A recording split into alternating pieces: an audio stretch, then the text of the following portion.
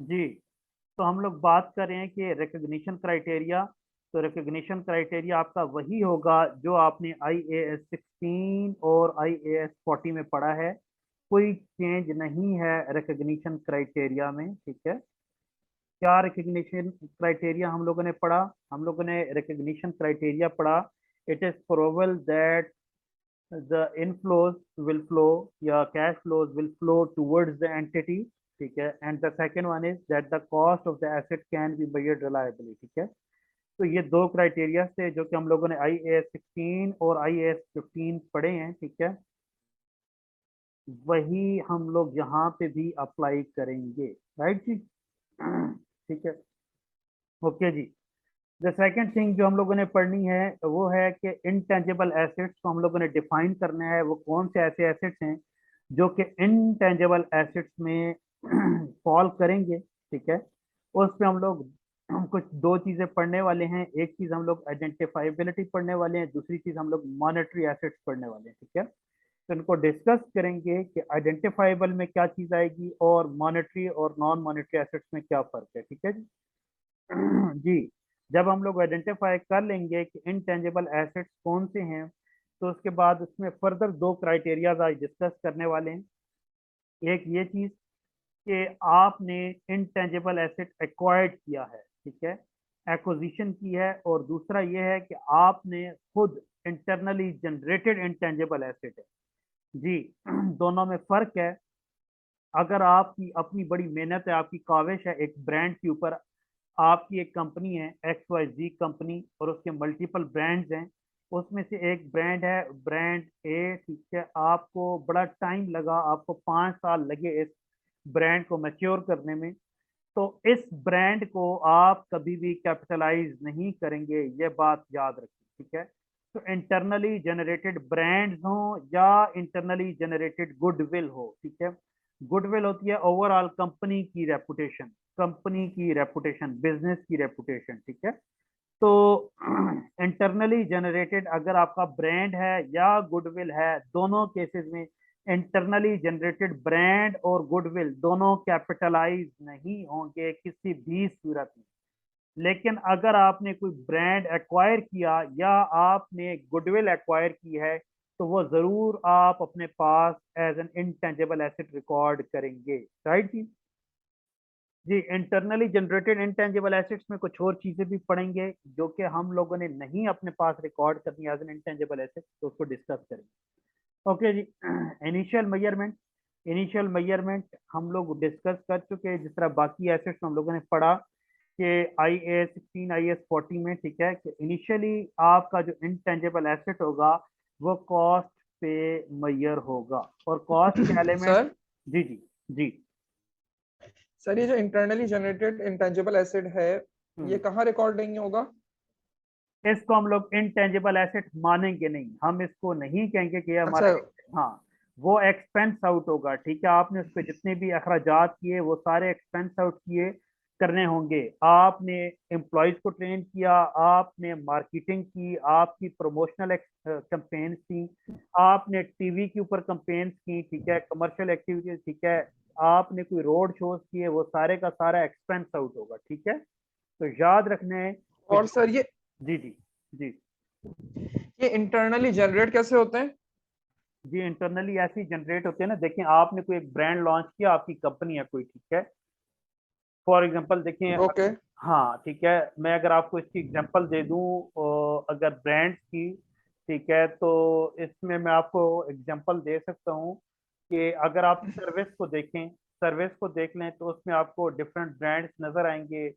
Endure है, endure के अलावा वो स्टारलेट है, ठीक है। आपको डिफरेंट, आपको उसमें ब्रांड्स नजर आते हैं, ठीक है, डिफरेंट। मतलब brand with in brand, brands with in a brand. नहीं, ब्रांड्स विद इन ब्रांड नहीं होता, ब्रांड्स विद इन कंपनी हो सकते हैं, ब्रांड्स विद इन ब्रांड्स नहीं होते, ठीक है। सर्विस अच्छा, इटसेल्फ। मतलब सर्विस एक हाँ कंपनी है तो उसने जो ब्रांड्स अपने पास रखी हुई हैं। हाँ जी, ठीक है, उसकी देखिए, उसकी डिफरेंट प्रोडक्ट लाइंस हैं, ठीक है।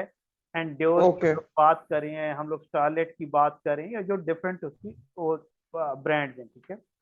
तो इसमें क्या होगा कि डेफिनेटली अब ऐसा तो नहीं है कि एक दिन उन्होंने एंड्योर का शूज लॉन्च किया और दूसरे दिन ही सबको पता चल गया कि एंड्योर क्या चीज है, ऐसा नहीं है, ठीक है।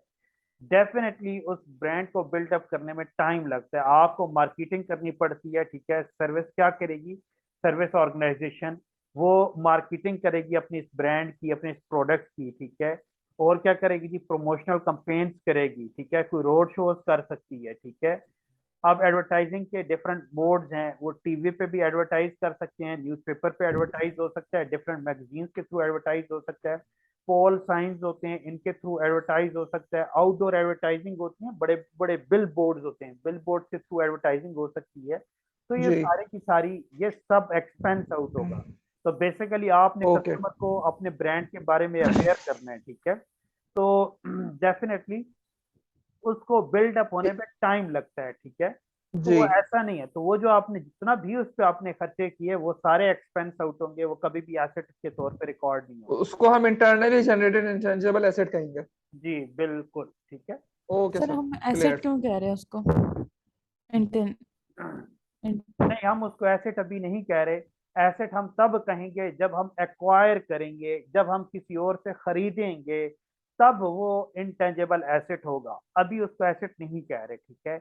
अभी उसको कह रहे हैं कि अभी उसको हमने एसेट नहीं रिकॉर्ड करना, हमने उसको एक्सपेंस आउट कर देना। बात समझ आ रही है? वो जी हमारे खर्चे में चला जाएगा, उसको एसेट हमने अपने पास रिकॉर्ड। एसेट कब रिकॉर्ड होगा, ब्रांड्स के लिए बात कर रहा हूँ स्पेसिफिकली ब्रांड, जब आप एक्वायर करेंगे किसी और कंपनी से, तब आप उसको अपने पास जरूर as an intangible asset record कर सकते हैं। For sir example. सॉरी, मेरा एक क्वेश्चन है यहीं पर आपसे एक। जी फर्ज करें हमारा एक ब्रांड है और वो ब्रांड बन चुका है। जी। अगर वो हम अपना ब्रांड सेल आउट करते हैं किसी को, मतलब सेल आउट कर रहे हैं, हम्म, ठीक है, कोई हमसे खरीदता है, तो वो तो उसके लिए तो वो होगा इंटेंजिबल एसेट, क्या हमारे लिए भी वो होगा कि नहीं होगा? नहीं, मैं यही तो बता रहा हूँ कि हमारे लिए वो एसेट जी नहीं, जी। हमारे लिए वो एसेट नहीं है जो इसको नहीं परचेज नहीं, हम करेंगे। हाँ जो हम सेल कर रहे हैं, जो हम जी जी हमारा जी एक ब्रांड बन गया है, वो जी हमारे लिए नहीं है, जी जी, जो मैं आपको पोर्शन ने सेल किया उसको। जी जी मैं यही कह रहा हूँ, मैं यही कह रहा हूँ जी कि जी जो जी जी सेलर है, जो सेल करने वाला है, उसके लिए एसेट नहीं है। एसेट वो किसके लिए है, जो उसको परचेज कर, ठीक है। तो यहाँ पे जी ठीक पॉइंट ही ठीक। यही है, पॉइंट यही है कि जो ब्रांड आपने खुद बिल्ड किया उसको आप एसेट नहीं रिकॉर्ड करेंगे, लेकिन अगर आपने किसी और से परचेज किया है तो उसको आप अपनी पास इंटेंजिबल एसेट के तौर पे जरूर रिकॉर्ड कर सकते हैं, ठीक है। ओके। ठीक है।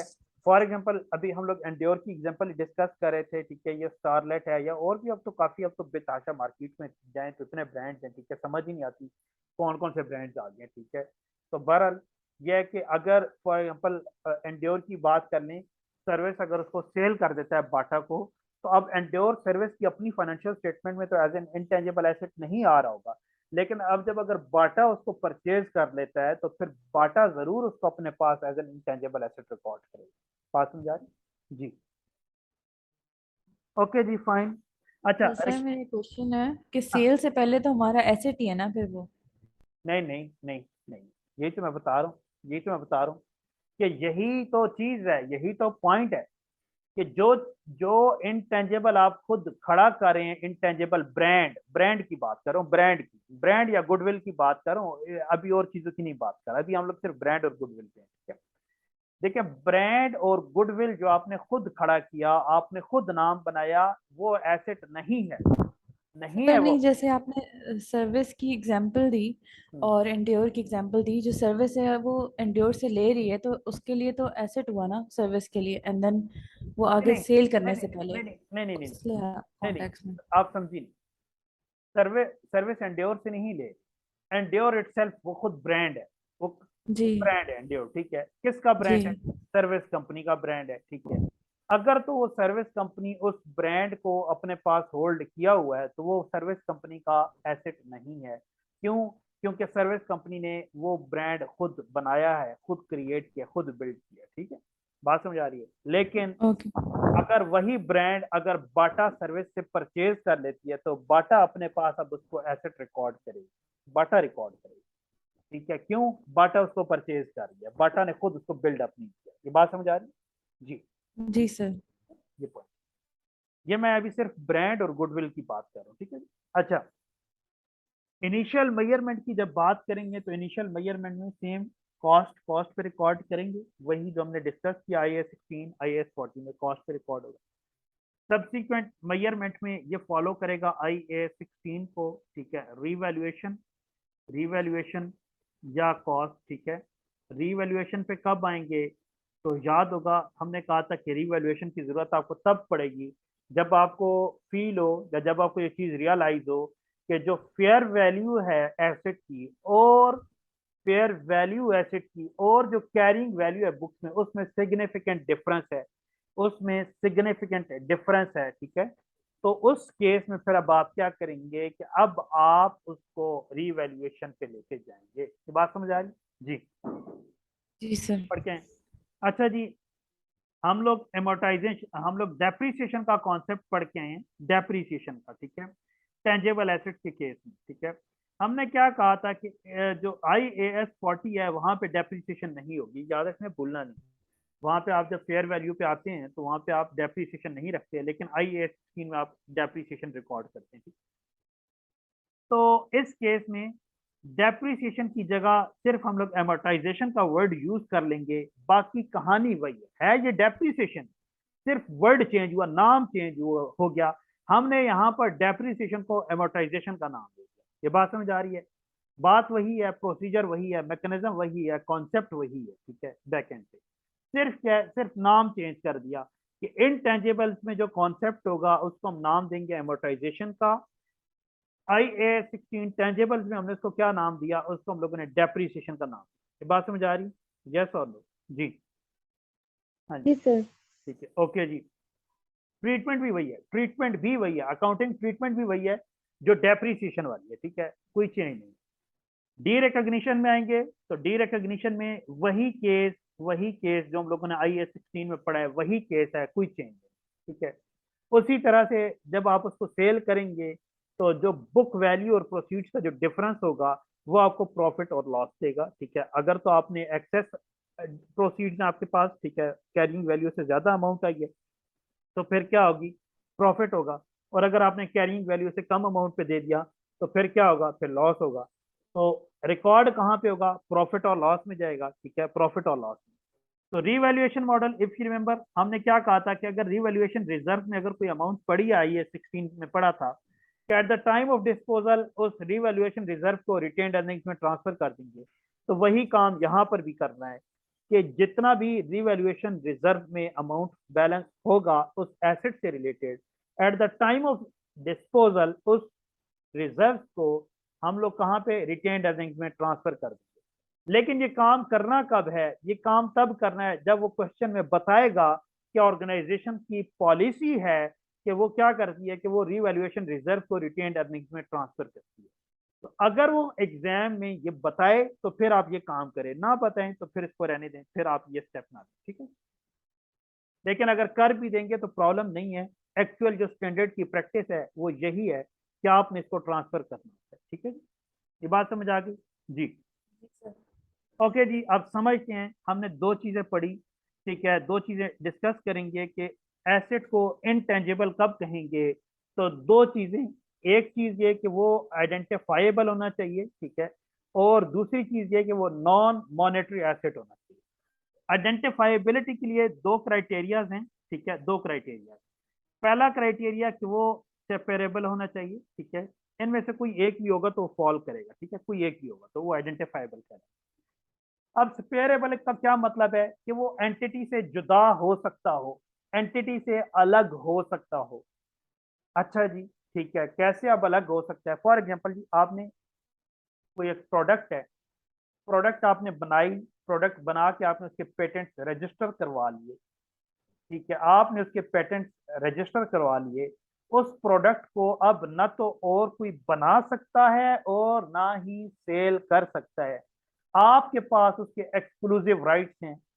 तो अब आपके अलावा उस प्रोडक्ट को ना तो कोई और बनाएगा और ना ही सेल करेगा, ठीक है। तो ये क्या है, ये आपके पेटेंट, ये आपका इनटेंजिबल एसेट है कि कॉपीराइट्स आपके पास हैं, क्या इनटेंजिबल एसेट, ठीक है। पेटेंट्स आपके पास है, अपने पेटेंट से, ये क्या इनटेंजिबल एसेट, ठीक है। लेकिन हुआ कुछ यूं हुआ कि आपने किसी और ऑर्गेनाइजेशन को राइट्स दे दी, आपने किसी और कंपनी को राइट्स दे दिए, तो मुझे बताएं, क्या अगर आपने उसको राइट्स दे दिए कि ठीक है आप भी बना सकते हो ये प्रोडक्ट, आप भी ये प्रोडक्ट बना सकते हो और इसको सेल भी कर सकते हो, तो मुझे बताएं कि क्या उन राइट्स के साथ उसको अपनी जो कंपनी है, कंपनी ए, क्या वो कंपनी ए भी साथ में शिफ्ट होगी? क्या कंपनी ए भी उस कंपनी के पास जाएगी जिसके पास राइट्स आ रहे हैं? जी बताएं, यस और नो? जी no. No no, sir. No, no, ठीक है। तो राइट्स को आप स्पेयर कर पा रहे हैं ऑर्गेनाइजेशन से, तो ये स्पेयरेबिलिटी का कॉन्सेप्ट है कि वो ऐसा एसेट जिसको आप ऑर्गेनाइजेशन से स्पेयर करके आप उसकी ट्रांजेक्शन कर सकते हो, उसको आप सेल कर सकते हो, परचेज कर सकते हो, तो उसको क्या कहते हैं? वो कौन सा एसेट होगा जी? वो स्पेयरेबिलिटी के कॉन्सेप्ट में आएगा, ठीक है, कि वो स्पेयरेबल। बात समझ आ रही जी? दूसरी चीज ये है, दूसरी चीज, it arises it arises from contractual or other legal rights। जी, कोई कॉन्ट्रैक्ट था, उस कॉन्ट्रैक्ट के बदले, ठीक है, या कोई लीगल राइट्स हैं आपके, तो उसके बदले, ठीक है, वो अराइज हुआ। फॉर एग्जाम्पल, कोई इस तरह की एग्जाम्पल आप दे सकते हैं? जी दे सकते हैं जी, मैं बता देता हूँ जी, मैं बता देता हूँ।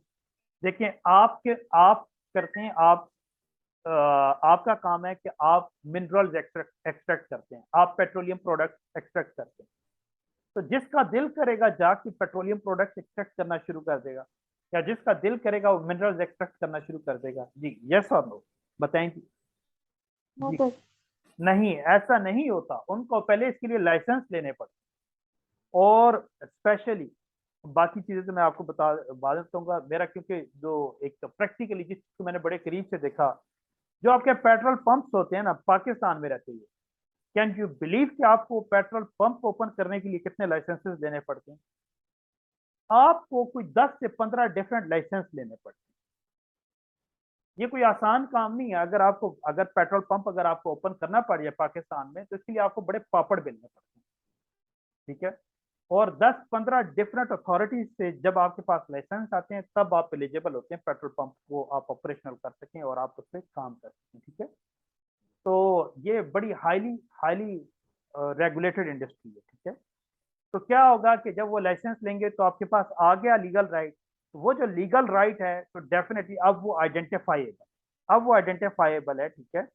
अब आपके पास राइट है, अब आप ये काम कर सकते हैं, ठीक है। अब ये बात जरा इसको समझें, regardless of whether those rights are transferable or spareable from the entity or other rights obligation। जरूरी नहीं है कि वो लीगल राइट आप किसी को ट्रांसफर कर सकते हैं या नहीं कर सकते, वो शर्त यहाँ पर नहीं है। जरूरी नहीं है कि वो जो लीगल राइट है वो सेपरेबल फ्रॉम द एंटिटी है या नहीं है, ठीक है। ये बात समझ आ रही है? या का वर्ड यूज हो गया और का वर्ड यूज हो गया, ठीक है। इन दोनों में से कोई एक होगा, इन दोनों में से कोई एक होगा तो वो आइडेंटिफाइबल में फॉल कर देगा। ये बात समझ आ गई जी? यस और नो? जी जी सर। कोई क्वेश्चन है तो प्लीज बताएं मुझे। ओके जी, इसको अब आगे लेकर चलते हैं। तो पहली चीज हमने क्या कहा कि इनटेंजिबल एसेट आइडेंटिफाइबल होना चाहिए, and identifiable non monetary asset, ठीक है, विदाउट फिजिकल सब्सटेंस। अच्छा, फिजिकल सब्सटेंस तो खैर मैं आपको फिर बताता हूँ, ये तो कुछ इतना वो ऐसी रॉकेट साइंस नहीं है। फिजिकल सब्सटेंस ये होती है कि फिजिकली आप उसको टच कर सकते हैं, फिजिकल उसकी प्रेजेंस होती है, तो वो फिजिकल सब्सटेंस है, ठीक है। तो अगर जिसकी फिजिकल सब्सटेंस नहीं है तो वो इंटेंजिबल तो हो गया, लेकिन क्या इंटेंजिबल एसेट में वो फॉल करेगा? इसके उसके लिए दो क्राइटेरिया मीट करेगा। पहला क्राइटेरिया कि वो आइडेंटिफाइबल होना चाहिए, दूसरा क्राइटेरिया कि वो नॉन मॉनेटरी होना चाहिए। अच्छा, अब नॉन मॉनेटरी के लिए क्या है कि जी वो कैश एंड कैश इक्विवेलेंट नहीं होना चाहिए। जी, कैश एंड कैश इक्विवेलेंट का क्या मतलब है? जी, कैश का मतलब तो हुआ कैश, कैश का मतलब तो हो गया ना कैश, ठीक है, कि वो कैश नहीं होना चाहिए, नॉन मॉनेटरी कैश नहीं होना चाहिए, कैश इक्विवेलेंट भी नहीं होना चाहिए। जी, कैश इक्विवेलेंट का क्या मतलब है जी? Convertible to cash, convertible to cash, ठीक है, जिसको फौरी तौर पे कैश में कन्वर्ट किया जा सके, या वो कैश के बराबर हो। कैसे? फॉर एग्जांपल, मैं अगर आपको इसकी एग्जांपल दे दूं, trade receivable, trade receivable, trade receivable जी, 2 मिलियन के आपके ट्रेड रिसीवेबल्स हैं जी, डेफिनेटली क्या ये कैश के इक्विवेलेंट हैं जी, क्या ये कैश के इक्विवेलेंट हैं? यस और नो जी, बताएं जी, बताएं यस और नो जी। Yes yes sir. यस, ये कैश के इक्विवेलेंट हैं, ये 2 मिलियन के आपने रिकॉर्ड किए, आपको 2 मिलियन ही आएगा। ठीक है, बात ठीक है, ये बात समझ आ गई। ठीक है, इसके अलावा आपने शेयर्स में इन्वेस्टमेंट की हुई है, ठीक है, और आपको उसके बदले रिटर्न आता है, ठीक है, रिटर्न आता है, तो क्या वो इन्वेस्टमेंट कैश इक्विवेलेंट है? यस और नो जी, जी यस जी, वो भी कैश इक्विवेलेंट है, ठीक है, वो भी कैश इक्विवेलेंट है, ठीक है, लेकिन तो इसका मतलब क्या हुआ कि फिर वो मॉनेटरी हो गए जी, मॉनेटरी हो गए, ठीक है। तो फिर नॉन मॉनेटरी में क्या आना चाहिए? ये नॉन मॉनेटरी में जो चीजें हमने अभी पढ़ी, फॉर एग्जांपल आपके पास ऑपरेटिंग लाइसेंस है, तो ये क्या हो गया? ये नॉन मॉनेटरी आइटम है, ठीक है, ये नॉन मॉनेटरी एसेट है, ठीक है। बात समझ आ रही है? कॉन्सेप्ट क्लियर हुआ नॉन मॉनेटरी का जी? यस और नो जी, यस सर। ठीक है। आपके पास मैं कहता हूँ कि कोई सॉफ्टवेयर है, तो वो सॉफ्टवेयर क्या है? मॉनेटरी आइटम है? क्या वो मॉनेटरी वैल्यू है इसकी कोई? जी, यस और no? No sir. No, no sir. वो नॉन मॉनेटरी रहेगा, ठीक है। तो ये क्या है? ये इनटेंजिबल्स में फॉल करेगा, ठीक है जी। इसकी प्रॉपर डेफिनेशन पे चलते हैं, नॉन मॉनेटरी को डिस्कस करते हैं। तो हमने 3 चीजें पढ़ ली इंटेंजिबल एसेट में, आइडेंटिफाइबल होना चाहिए, नॉन मॉनेटरी होना चाहिए, फिजिकल सब्सटेंस होना चाहिए। तो आइडेंटिफाइबिलिटी के लिए हम लोगों ने 2 चीजें पढ़ी, या तो स्पेरेबल हो या अराइजेस फ्रॉम द कॉन्ट्रेक्चुअल और अदर लीगल राइट्स, ठीक है। एंड द थर्ड थिंग जो भी हम लोग डिस्कस करने वाले हैं, मॉनेटरी एसेट्स, जिसका मतलब होता है मनी हेल्ड, या तो आपने पैसा हेल्ड किया हुआ है, and assets to be received in fixed, ठीक है, ये फिक्स्ड अमाउंट है। अब रिसीवेबल्स हैं तो वो फिक्स्ड है ना, 2 मिलियन का रिसीवेबल आपके पास 2 मिलियन ही आना है ना, फिक्स्ड है, ठीक है। और डिटर्मिनेबल अमाउंट्स ऑफ मनी, या फिर उसके फॉर एग्जाम्पल अगर आपने इन्वेस्टमेंट की हुई है, शेयर्स में आपने इन्वेस्टमेंट की हुई है, ठीक है, या चले मैं कह लेता हूँ कि आपने कहीं पर वैसे इन्वेस्टमेंट की हुई है, तो आपने एक लोन फिक्स किया हुआ है, आपने रेट फिक्स किया हुआ है, फिक्स अमाउंट है, डिटर्मिनेबल अमाउंट है, तो डेफिनेटली ये क्या है? ये मॉनेटरी एसेट है। तो नॉन मॉनेटरी एसेट में क्या चीजें आ सकती हैं जी? मैंने अभी बताया, सॉफ्टवेयर है, ब्रांड्स हैं, कौन से ब्रांड्स? परचेज्ड ब्रांड, ठीक है, लाइसेंसेज हैं, पेटेंट्स हैं, ये सारी इंटेंजिबल्स की एग्जांपल्स हैं, ठीक है। तो लुक एट हियर जी, cash and receivables are both examples of monetary assets and therefore do not meet the definition of an intangible asset. Property, plant and equipment and inventories are examples of non-monetary assets. However, they have physical substance. लेकिन क्या है कि उनकी physical substance है, and therefore also do not meet the definition of intangible asset. ठीक है जी? तो property, plant and equipment क्यों नहीं आएंगी जी इंटेंजिबल में? क्योंकि वो फिजिकल सब्सटेंस होल्ड करते हैं। तो इनटेंजिबल ने इन तीनों क्राइटेरियाज को मीट करना है। कौन से 3 criteria? The first one identifiable होना चाहिए, the second one non monetary होना चाहिए, द थर्ड वन कि उसकी वो विदाउट फिजिकल सब्सटेंस होना चाहिए जी। यहाँ तक बात समझ आ गई जी? यस और नो? ये कोई क्वेश्चन यस यहाँ तक? No sir. ठीक है, क्लियर कर दूं सब? जी सर। ओके जी, clearing all drawing, moving on, recognition and categories of intangible assets. recognition पे मैं आपको पहले बता चुका हूँ, recognition क्राइटेरिया वही है जो हम ऑलरेडी IAS 16 और IAS 40 में पढ़ा है, ठीक है। कौन कौन सा जी? ये पहला और ये दूसरा। तो एंड उसने लिखा हुआ है, उसको ये दोनों क्राइटेरिया मीट करना होगा, दोनों क्राइटेरिया मीट करेगा तो रिकॉग्नाइज करेंगे। अगर ये दोनों क्राइटेरिया नहीं मीट हो रहा है या इनमें से कोई एक भी नहीं मीट हो रहा, तो उसको हम लोगों ने अपनी बुक्स में रिकॉर्ड नहीं कर। बात समझ आ गई जी? यस और नो? हाँ जी, यस सर। ओके जी, मूविंग ऑन। नेक्स्ट एक्टिविटी है रिकॉग्निशन क्राइटेरिया की। चलें जी, look at here, expenditure of 300,000। अच्छा, उसमें से हमने कुछ से 3 कह रहे हैं आप, 3 वो कौन से 3 ऐसे हैं जो कि रिकॉग्निशन क्राइटेरिया को मीट करते हैं अंडर IAS 38 इंटेंजिबल एसेट्स, ठीक है। तो पहला देखिए जी, expenditure of 300,000 on increasing the skills of staff. जी बताएं जी, नो सर, ये मीट नो करते हैं? सर। नहीं, कल बताया था, ये तो एसेट ही नहीं है हमारा, इसको एसेट ही नहीं रिकॉर्ड करना। टेंजिबल और इनटेंजिबल तो दूर की बात, ये हमारी एसेट की कैटेगरी में नहीं फॉल करता, ठीक है। ओके जी, 250,000 acquiring a licence operate in a new geographical location. जी ये रिकॉग्नाइज करना चाहिए जी। नो। जी सर। जी सर। जी जी, ये हमें करना चाहिए, ये इंटेंजिबल एसेट की कैटेगरी में फॉल करेगा। आपने लाइसेंस एक्वायर करने के लिए आपने इतना अमाउंट स्पेंड किया है, किस लिए? कि आप नई जियोग्राफिकल लोकेशन में ऑपरेट कर सकें, आपको ऑपरेटिंग लाइसेंस चाहिए था, आपने उसके लिए इतनी फी पे की, इतनी कॉस्ट इनकर की, ठीक है। तो cost can be measure reliable, बात समझ आ रही? जी जी सर। ओके जी।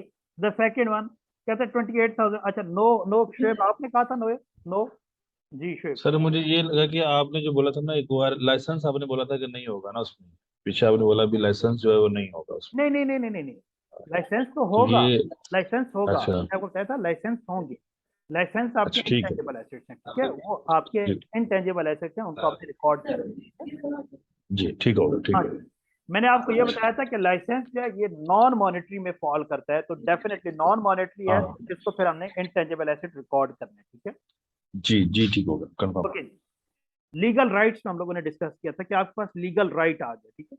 ओके जी, 28,000 spent on advertising a new product which is expected to generate economic benefit for the entity। जी नो सर। नहीं, नो नो। नो, ठीक है, हमने अभी बताया एडवर्टाइजिंग एक्सपेंस आप क्यों करते हैं, इसीलिए करते हैं ना, अपनी रेपुटेशन बिल्ड करने के लिए, गुडविल के लिए, अपना ब्रांड बिल्ड करने के लिए, ठीक है? तो याद रखें कि कोई भी एडवर्टाइजिंग एक्सपेंस है उसको आपने कैपिटलाइज नहीं करना, ठीक है जी। ओके जी, 100,000 on computer software acquired from a supplier. जी यस। Yes, yes. ठीक है। ओके जी, अब a brand valued at 500,000 acquired as part of the purchase of a new subsidiary। Yes. Yes sir. जी आपने ब्रांड परचेज किया, ये भी होगा। ओके जी, internally developed brand name estimated. No, no no. तो ये तीन हमने सेलेक्ट किए जी, ये तीनों इंटेंजिबल्स में फॉल करेंगे, बाकी नहीं फॉल करेंगे, ठीक है। ओके जी, अब कैटेगरीज क्या हो सकती हैं? दो कैटेगरीज हैं, ठीक है। आपने आपने क्या किया? पहला कि आपने इंटेंजिबल एसेट एक्वायर्ड किया, और दूसरा आपने इंटरनली जनरेट किया। जब आप एक्वायर करते हैं उसमें दो चीजें हैं, एक तो ये कि आपने सेपरेटली एक्वायर किया, सिर्फ एक ब्रांड नेम आपने एक्वायर कर लिया। दूसरी चीज ये है कि आपने बिजनेस, आपने कोई और कंपनी एक्वायर की, तो जाहिर है उस कंपनी को एक्वायर करते हुए जब आप उसने उस कंपनी को एक्वायर किया, तो उसके जो ब्रांड्स हैं और जो गुडविल है डेफिनेटली वो भी आपके हो गए। बात समझ आ रही है? तो इन दोनों का ट्रीटमेंट आप देखेंगे, तीनों का, बल्कि इंटरनली जनरेटेड इंटेंजिबल एसेट्स के ऊपर भी बात करेंगे, ठीक है, सही है। ओके जी, अब एक्वायर्ड इंटेंजिबल एसेट्स में रिकॉग्निशन क्राइटेरिया क्या होगा? जो आपने एक्वायर्ड किए, ठीक है, अगर तो आपने सेपरेटली एक्वायर किए, अगर तो सेपरेटली एक्वायर किए, ठीक है, इसको हम लोग सीधा सीधा asset as an intangible asset record करेंगे, ठीक है। और अगर तो आपने एज ए बिजनेस कॉम्बिनेशन, कोई मर्जर हुआ, एक्विजिशन हुई, उस दौरान अगर एक्वायर हुए, तो क्या करेंगे जी? इसको हम लोग सेपरेटली, किस चीज को जी? किस चीज को? Intangible asset separately from goodwill in the group account, ठीक है। गुडविल एक अलग चीज है, इंटेंजिबल एसेट्स उसके अलावा अलग है, ठीक है। तो इंटेंजिबल एसेट्स को सेपरेटली रिकॉर्ड करेंगे, गुडविल को सेपरेटली रिकॉर्ड करेंगे। बात समझ आ रही है जी? लेकिन कब रिकॉर्ड करेंगे? जब वो सेपरेबल सेपरेबल या आइडेंटिफाइबल, या सॉरी सेपरेबल की हम लोगों ने एक बात की थी कि जो उसका पहला क्राइटेरिया। सर ये समझ नहीं आई, या आपने जो बोला अभी इंटेंजिबल इसे सेपरेटली फ्रॉम गुडविल, ये हम अलग अलग क्यों करेंगे? मतलब ये थोड़ा सा रिपीट कीजिएगा एक बार। जी जी मैं बता रहा हूँ, देखिए गुडविल भी तो इंटेंजिबल होती है ना, गुडविल भी इंटेंजिबल है, ब्रांड नेम भी इंटेंजिबल है, ठीक है, कोई जी लाइसेंसेज हैं तो वो भी इंटेंजिबल, जी। ठीक है। तो अब आपने आपने करना क्या होता है कि कि ऐसा नहीं है कि इन सबको इकट्ठा आप गुडविल के तौर एक बेसिकली गुडविल की कैलकुलेशन अभी आपने नहीं पढ़ी, जो F3 पढ़ के आए हैं वो थोड़ी सी पढ़ के आए होंगे गुडविल की कैलकुलेशन। उसमें होता क्या है कि जितनी वैल्यू हमने पे की होती है और एसेट्स की जो वर्थ होती है वो लेस करने के बाद जो अमाउंट होती है उसको हम लोग एज ए गुडविल रिकॉर्ड करते हैं, ठीक है। बेसिकली हमने क्या वहां पे पढ़ा हुआ है, फेयर वैल्यू ऑफ कंसिडरेशन, ठीक है, फेयर वैल्यू ऑफ कंसिडरेशन जो भी आपने पे की, ठीक है, दिस इसमें से आप लेस करते हैं, क्या लेस करते हैं, fair value of net asset, fair value of net asset कौन से, acquired, fair value of net asset acquired, ठीक है। तो जब पीछे जो आपके पास वैल्यू बचती है उस वैल्यू को आप क्या कहते हैं, वो कहते हैं आप गुडविल है। बात समझ आ रही है जी। तो गुडविल की कैलकुलेशन का तरीका कार ये होता है, ठीक है। तो गुडविल जी, तो बेसिकली जब आप परचेज करेंगे कोई भी सब्सिडरी जब आप परचेज करेंगे तो डेफिनेटली गुडविल तो आप इस तरह सेपरेटली इसकी प्रॉपर कैलकुलेशन करेंगे। लेकिन जो इनटेंजेबल्स हैं, फॉर एग्जांपल ब्रांड नेम है, फॉर एग्जांपल हम लोग बात कर लेते हैं उसके अलावा कोई लाइसेंसेस वगैरह हैं, ठीक है, अगर तो वो सेपरेबल हैं, जो आइडेंटिफाइबल का हम लोग एक कॉन्सेप्ट पढ़ के with related contract identifiable asset और ग्रुप विद, तो उस केस में आप उन इनटेंजेबल्स को अलग रिकॉर्ड करेंगे, गुडविल अलग रिकॉर्ड करेंगे। बात समझ आ रही जी, यस और नो जी, जी जी जी जी ये बात क्लियर होगी जी। जी सर, क्लियर है। ओके जी, नेक्स्ट चल रहे हैं रिकॉग्निशन क्राइटेरिया, बिजनेस कॉम्बिनेशन हम इंशाल्लाह आगे कंसोलिडेशन में जाके डिटेल में पढ़ेंगे, छोड़ दें इसको, अभी पढ़ने की जरूरत नहीं है। पहले गुडविल पे आ जाएं, ठीक है। इंटरनली जनरेटेड गुडविल है और goodwill arising as the result of business combination. Internally generated goodwill कभी भी आपका एसेट नहीं होती, पहले पढ़ के आए हैं, कभी भी आपका एसेट नहीं है। जो goodwill arrive as a result of business combination, इसको आप as an intangible asset record करेंगे। कहाँ पर, इन द ग्रुप अकाउंट जी, जब आप कंसोलिडेटेड अकाउंट्स बनाएंगे तो कंसोलिडेटेड अकाउंट्स में आप ये गुडविल रिकॉर्ड करेंगे, राइट जी, यहाँ तक बात क्लियर, राइट सर। ठीक है। जी सर। ओके जी, नेक्स्ट चलते हैं इंटरनली जनरेटेड इनटेंजिबल एसेट्स जी। अब इंटरनली जनरेटेड इनटेंजिबल एसेट्स में इफ यू रिमेंबर हमने रिसर्च और डेवलपमेंट का क्राइटेरिया पढ़ के आए हैं। तो रिसर्च मैंने आपको कहा किसी भी तरह की रिसर्च है, रिसर्च की आप डेफिनेशन पहले पढ़ लें। कहता है original and planned investigation undertaken with the prospect of gaining new scientific और टेक्निकल नॉलेज एंड अंडरस्टैंडिंग।